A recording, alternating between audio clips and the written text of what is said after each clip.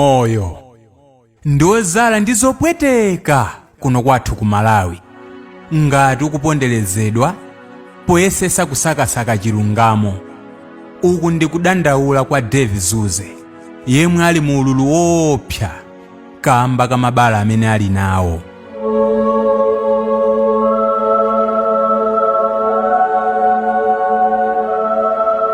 Mu videoyi tikhala tikuonesa zinthu zina zoopsa monga mabala amene ali pathupi la Dave, komanso tikhala tikufotokoza satane wa momwe zinthu zimene zinakhalira.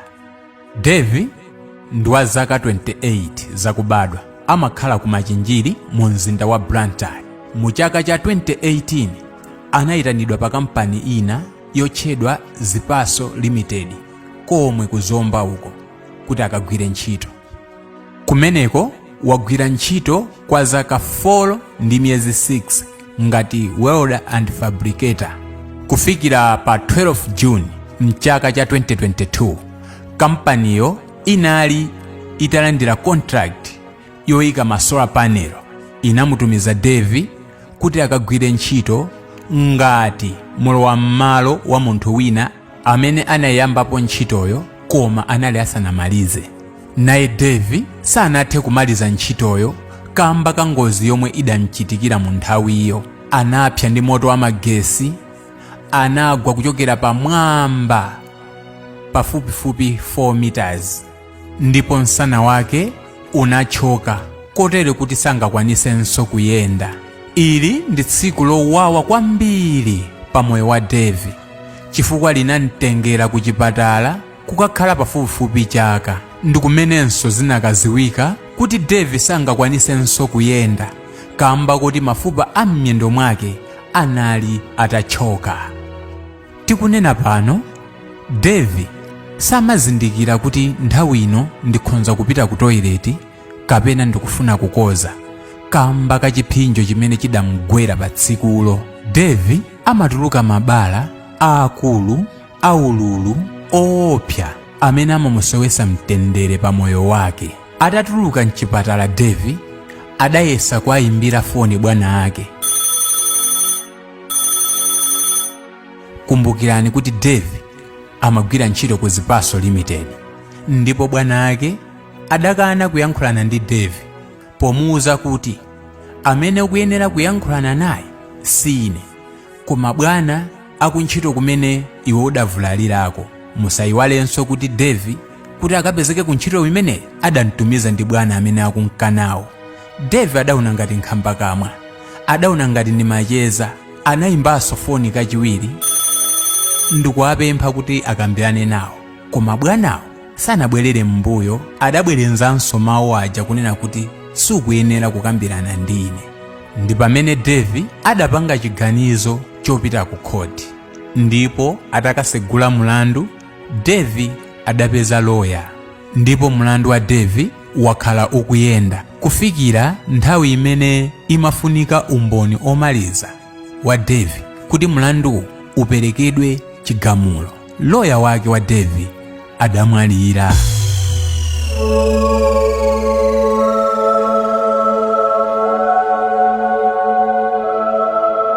Akubanja kwa lawyer yemwe adamwalira uja adapeza lawyer wina kuti apitirize kuyendesa nkhani.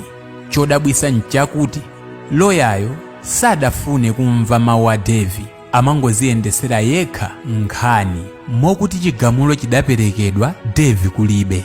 Chigamulo chitaperekedwa, chodabwisa nchakuti lawyer adakwanisa kusunga chigamulocho kwa masiku 29. Kufikira siku la 30 ndi pamene adamuyitana Dave ndi makolo ake kuti akamve chigamulo, ndipo chigamulocho sichinamkomere Dave.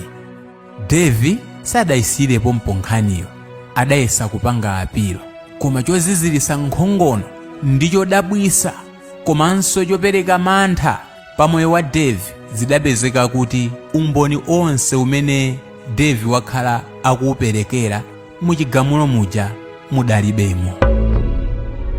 Zinali zitasinthidwa zonse. Apa Dave ali ndi mantha komanso agwidwa njakata chifukwa nkhaniyo lawyer adayipanga apilo ili ku high court. Koma chodabwisa nchakuti Devi sakuziwa kuti mu apilumu muli chani. Munthu nendo khala wovutika kwambiri kuchokera tsiku limene ndinavulala mu 2022 pa 12 June. Ndi zinthu zovuta chifukwa moyo wanga umafunikira zinthu zambiri, kufikira kuti ndimafunikira makafeta ndi zinthu zofunikira kuti ndizitha kuzikilina mmene munthu angafunikire popanga toilet, zakudya zake zimafunika zikhale za soft kuti digest zitha kufanana ndi zimene ikufuna. Ndikumakanika kupeza zinthu ngati zimenezo, ndendo umakhala odwaladwala masintha kwa nthawi ndi nthawi, moyo wanga ukuvutika kwambiri.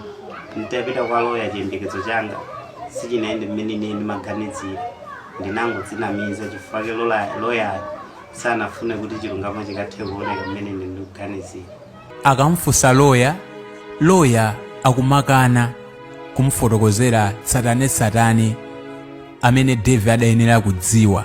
Tikunena pano nkhani ya Devi ili ku high court pa 5 Juni pano mwezi wa mawa. Koma nkhawa ya Devi ilipoti mwina mulanduwo ukhozanso osayenda bwino, kamba koti loyayo akumamuuza Devi kunena kuti nkhani yake idapanga expire.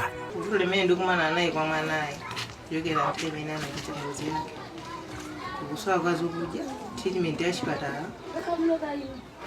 kusowa kwa magloves, kusowa kwa makafeta, kusowa kwa zochapira zina ndi zina. Amene ati musintheka pa wiki panja katatu kulephera sindikutha kufikira. Ndi mmezi wekupempha president kuti atithandize amabungwe osiyanasiyana kuti kuthandize kuti ngati zimene paza ndi kudira kwambiri kwa kampani palibe gawo lonse limene akupanga. Ayi nkhani imene analemba iwo mu fomu yawo ndiyosemphana kwambiri ndi imene inalipo, zache zonse anazichosamo ayikamo nzeru zimene abuzwa iwo ndi loya wawo. Pano kuphira kuti kwa iye isangakhale oyamba aliponso ena amene akuachita nkhaza ngati zimene zizi, koma akamakhala azona ndipo azizwa kuti ili ndi ziko akamachita azawo nkhaza. Ndithandize nthu amabungwe osiyanasiyana kupempha motero. Nkhani imayenera kuti ipange expire pakatha zaka 4, koma Devi akawerengesa bwino lomwe kuchokera tsiku limene nkhani yake idalowa mkhoti zaka 4 sizidakwane. Choncho Devi akupempha amabungwe, maloya akufuna kwabwino, komanso osayiwala president athu Profesa Arthur Peter Mutharika kuti athandizidwe pa nkhani imeneyi, chilungamo chioneke, chilungamo chiziwike. Mwina nkutheka kuti enanu mukufuna mutathandizapo. Nambala ndi izi: 0 0 72 86 58. Ndibwerenzanso 0 0 72 86 58. Ina ndi 0 9 1 20 13 92. Ndibwerenzanso 0 9 1 20 13 92. Zikomo kwambiri, Ambuye akudaliseni.